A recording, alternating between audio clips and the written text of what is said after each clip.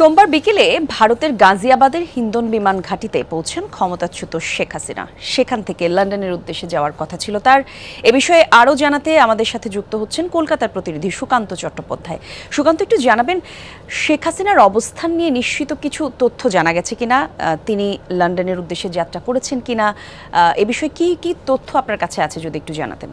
দেখুন, রাতভর কিন্তু ভারতের কেন্দ্রীয় সরকার অর্থাৎ মোদী সরকার কিন্তু বাংলাদেশের উদ্ভূত পরিস্থিতি এবং শেখ হাসিনার যে নিরাপত্তা এবং তার যে লন্ডন পৌঁছে দেওয়ার এইসব বিষয় নিয়ে কিন্তু দফায় দফায় কেন্দ্রীয় মন্ত্রিসভার বৈঠক হয়।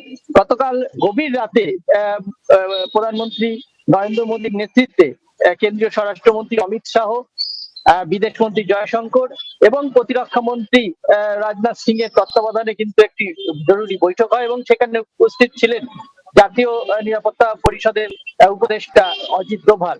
এবং তার সঙ্গে যখন শেখ হাসিনা প্রথম গাজিয়াবাদের যে বিমানবন্দরে অবতরণ করেন তখন তার সঙ্গে কথা হয় এবং গোটা বিষয়ে শেখ হাসিনা নিরাপত্তার দায়িত্ব কেন্দ্রীয় প্রধানমন্ত্রী যে নরেন্দ্র মোদী তিনি কিন্তু অজিত ডোভালের উপরে দিয়েছেন।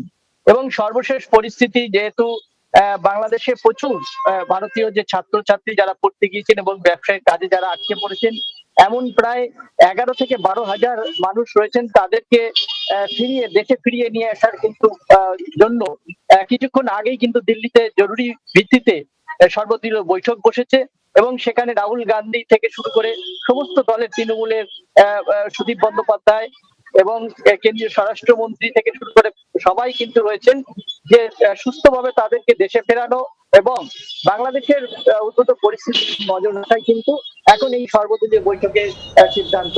কি হয় সেটাই এখন দেখার। ধন্যবাদ।